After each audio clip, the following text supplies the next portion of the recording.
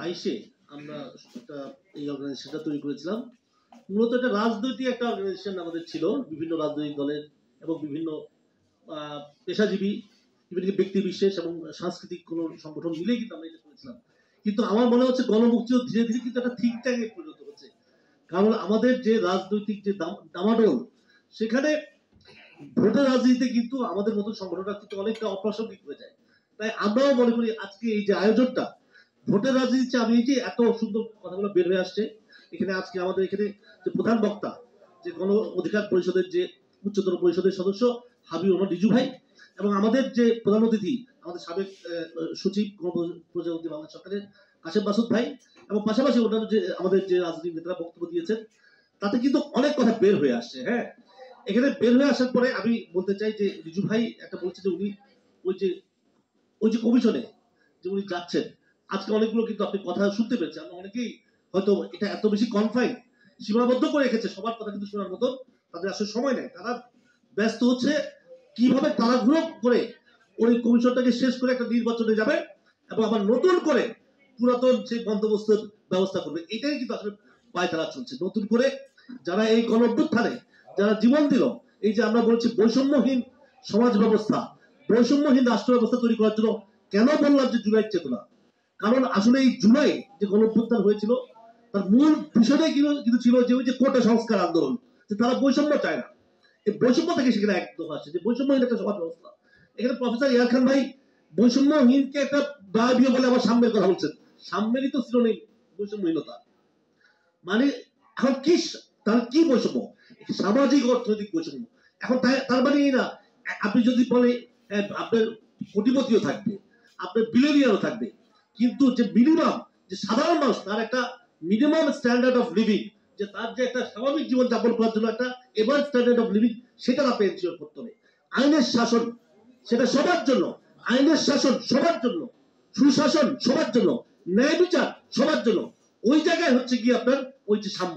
এখন যদি এখন তো স্বাভাবিক, তবে একটা কথা উঠে এসছে যে হ্যাঁ বাংলাদেশে আপনি বাইরে বাইরে কি দেখা যায় যে মানুষ গৃহ পরিচারিকা রাখতেই পারে না, কারণ মালিকের যে বেতন গৃহ পরিচারিকা একই বেতন, ড্রাইভারের যে বেতন দেখা যাচ্ছে ডাক্তারের সে একই বেতন, সে সেলফ ড্রাইভিং এ চলে আসে। মানুষ তখন অর্গানাইজেশনে গিয়ে ড্রাইভিং করে, উবার চালায়, কিন্তু পার্সোনালি কেউ এফোর্ড করতে পারে না। তখন কিন্তু যখন সেই অর্থনৈতিক ভারসাম্য যখন চলে আসে, তখন সামাজিকভাবে বিয়েও করে। দেখা যায় যে ইউনিভার্সিটি প্রফেসরের সাথে একটা সাধারণ ক্লার্ককে বিয়ে করে বসে আছে, তাদের কাছে এটা কিছু আসে যায় না।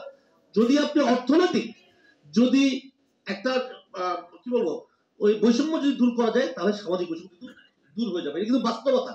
এখন বাংলাদেশ কি হয়েছে, বাংলাদেশ আধা সামন্তবাদ এবং আধা অপরিবেশবাদে তৈরি হয়েছে পুরো ভারতবর্ষ। এখন কি হয়েছে, আমাদের দেশে অপরিবেশবাদে এখনো সে ভারত, ইউএসএ এবং চায়না এখনো কিন্তু আমাদের দেশকে নিয়ে খেলে। কারণ ওই যে আমাদের তো যুগে যুগে যুগে যুগে অপরিবেশবাদ এখানে স্ট্যাবলিশ হয়েছে এবং সামন্তবাদ, সামন্ত প্রভুরা জন্মগ্রহণ করেছে। এখন দেখবেন বাংলাদেশের রাজনীতিবিদরা আসলে কি, বাংলাদেশের আসলে সামন্ত প্রভু রাজনীতিবিদরা কেউ একজন রাজনীতিবিদরা, তারা আসলে সামন্ত প্রভু হতে চায়।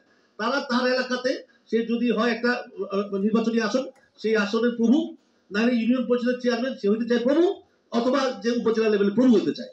এবং দেখবেন যে এই যে বাংলাদেশের চৌধুরী কাজী থেকে শুরু করে যে সমস্ত শেখ টাইটেল গুলো ছিল, দেখবেন যে একটু টাকা পয়সা হলে কারো নামের আগে শেখ, চৌধুরী, কাজী, মির্জা কেন লাগায়? কারণ আসলে সে সামন্ত প্রভু হতে চায়। এই সামন্ত প্রভু হতে চায়। আমি আমি এর জন্য আমি দায়ী করবো কাকে? আমরা কি আসলে এই সামন্ত প্রভু যারা হচ্ছে তাদেরকে, এই রাজনীতিটাকে আমি কিন্তু মানে আমি কিন্তু দায়ী করি জনগণকে। এই জনগণও কিন্তু মেনে নেয় না। জনগণ যদি একজন রিক্সা দিয়ে হেঁটে আসে, এখন সমাজ ব্যবস্থা হয়েছে তুই বেটা কিসের নেতা হবি রে, মানতে চায় না। ও যতক্ষণ একটা বড় গাড়ি দিয়ে না আসবে, হেলিকপ্টার মানে যখন যাবে না, জনগণও মানতে চায় না আমার নেতা। তাহলে আমাদের আমাদের জনগণ তো মাকড়সার মতো নিজেকে নিজে খাচ্ছে, নিজেকে নিজে খাচ্ছে, বুঝেই না, বোঝার তার ক্ষমতাই নাই। 500 টাকা দিয়ে তার ভোটটা বিক্রি করে। আরে 5 বছরে তুমি ভাই 50,000 টাকা খরচা দিবা বিভিন্ন ভাবে, তুমি বুঝোই না। আমি কিন্তু জনগণের মানুষ বলে ভাই আপনাকে ভোট দেওয়া, জনগণ আমার ভোট দরকার নেই। আমি জনগণের ভোট দরকার নাই, আমি ভোট দিতে চাইতেও চাই না এখন। এই জন্য ভোট দিয়ে কি করবো? ভোটে কি হবে? আগেই যে আমাদের যে আজকে প্রধানমন্ত্রী বলেছে যে কাশেম মাসুদ ভাই যে বলেছে যে চলেন আগে আমরা জনগণ ঠিক করি, এটা কিন্তু মূল কথা। আজকে আমরা এখানে যদি 50 জন নেতা থাকি বা 50 জন যদি সমাজে মোটামুটি অবস্থান আছে, আমরা যদি গ্রামে গিয়ে আগামী 3 বছর কাজ করি, আপনি দেখবেন যে একটা একটা একটা আসনে কত মানুষ আছে? 5 লক্ষ মানুষ। 3 বছর যথেষ্ট এই 5 লক্ষ মানুষকে ভিজিট করার জন্য। খুব কঠিন না, খালি হাঁটলে পয়সা খরচ নেই, এবং খালি হাঁটবেন আর বুঝাবেন, সৎ কথা বলবেন, সৎ উপদেশ দেবেন, তাহলে দেখবেন যে জনগণ আস্তে আস্তে কিন্তু এদিকে চলে আসবে। এখনো তো আসলে আমাদের তো নেতাই তৈরি হয়নি। আমিও কিন্তু আজকে যে প্রোগ্রামে আসার আগে আমিও খুব চিন্তা করছি যে করে কি হয়। হ্যাঁ, আসলে অনেক কথা আমি আমি কিন্তু নিজেও সিদ্ধান্ত নিয়েছি যে গ্রামে যাবো। আসলে গ্রামে যেতে হবে, নিজের এলাকায় যেতে হবে। সেখানে দুনিয়ার কেউ আমাদেরকে গ্রহণ না করলে তো আমাদের এলাকার লোক আমাকে গ্রহণ করবে নাকি? সেখানে আর যাই হোক মানেই বলবে যে কেন আসছস, তাই না? বাপ দাদারও কর্ম আছে, আর এলাকার সন্তান হিসেবেও মানে এক বেলা সময় খাওয়াবে। যতটুকু পারলাম না পারলে হ্যাঁ পকেটে পয়সা খরচ নেই। কিন্তু জনগণকে কি আছে, জনগণ খুশি হয় আপনি খাওয়ানোর চেয়ে যদি গ্রামের লোক আপনাকে খাওয়ায়, সেটা তার জীবনের একটা গল্প, সেটা দিয়ে তার জীবন চলে। তাহলে আমার মনে হয় ওইটাই, আমার মানুষের কাছে যেতে হবে, মানুষের কাছে গিয়ে মানুষকে আসলে বুঝাতে হবে যে তুমি করতেছো নাকি। আসলে ওরা তোমার নেতা না, ওরা তোমার প্রভু, ওরা প্রভু হতে চায়। এই 17 বছর এই ওই স্বৈরাচার যেটা করেছে, আগামী দিনেও সেটা করারই কিন্তু পায় তারা, হচ্ছে আর কিচ্ছু হচ্ছে না, কিচ্ছু হচ্ছে না। এখানে নির্বাচন হবে নাকি? আমাকে বলতেছে যে নির্বাচন না হলে কোন কোন দেশ থেকে শেষ হয়ে গেছে। আর নির্বাচন হওয়ার পরে 24-এর শেখ হাসিনার কি বদল হয়েছে এটা কি দেখা যায়নি? এটা এমন কোনো কথা আছে? কি হবে কি হবে, যতক্ষণ পর্যন্ত সমাজে আপনি যখন সামাজিক অর্থনৈতিক বৈষম্য দূর না করতে পারবেন, ততক্ষণ এই এই 24 আসবে, 90 আসবে, 75 হবে, তারপর ওই 71 আসবে, কিন্তু কত আর কেন এই যুগে কেন আজকে এই এআই, আজকে হচ্ছে আর্টিফিশিয়াল ইন্টেলিজেন্সের যুগে কেন জীবন মানুষ রক্ত দেবে? আর কেন দেবে? আমাদের মনে হয় এখন বোঝা উচিত, আমাদের আজকে যিনি সরকার গঠন করেছেন যে প্রফেসর ইউনূস সাহেব, উনি কিন্তু আসাদিন বলেছেন যে আমার নিয়োগকর্তা হচ্ছে ছাত্ররা। উনি ভুলে গেছেন উনার নিয়োগকর্তাকে। উনি এখন কত তাড়াতাড়ি নির্বাচন দিয়ে উনি বাঁচতে চান। জনগণ কি চান? আপনি একটা গণভোট দেন, একটা গণভোট দেন, জনগণ নির্বাচন চায় কিনা, তারপর নির্বাচন দেন, তারপর নির্বাচন দেন।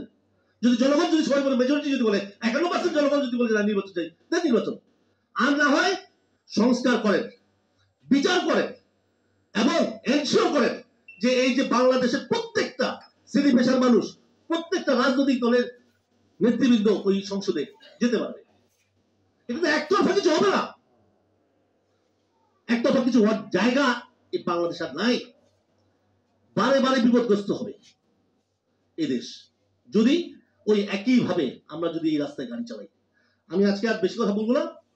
আজকে আপনারা যারা এসেছেন, আপনাদের সবার প্রতি আমি সম্মান প্রদর্শন করছি, এবং আপনারা যারা শুনেছেন, আপনারা যারা রাজনৈতিক নেতা না, যারা আজকে শ্রোতা, যারা সাংবাদিক ভাইরা, আমি বলতে চাই যে দয়া করে আর বাংলাদেশকে ওই জায়গায় নেওয়ার জন্য আপনারা ব্যবস্থা করবেন না।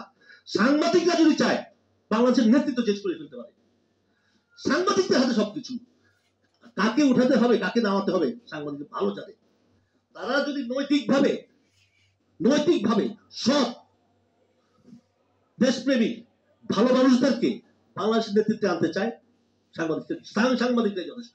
আর আপনারা যারা এখানে, আমার মনে হয় বাংলাদেশের যে খেটে খাওয়া মানুষের শ্রেণী পেশার লোকজন এখানে আছেন, তারা অবশ্যই আগামী দিনে যত ধরনের বাংলার শ্রমজীবী মানুষের, পেশাজীবী মানুষের, বৈষম্যে শিকার মানুষের যে সমস্ত আন্দোলন হবে, তারা আপনারা সবাই আমাদের সাথে একসাথে থাকবেন। আমরা আগামী দিনে একটি সুন্দর সমৃদ্ধ বাংলাদেশ তৈরি করব, এবং এটাই আমাদের লক্ষ্য। আমরা এখান থেকে দূরে সরে কখনোই নির্বাচনের দিকে আমরা ধাবিত হব না।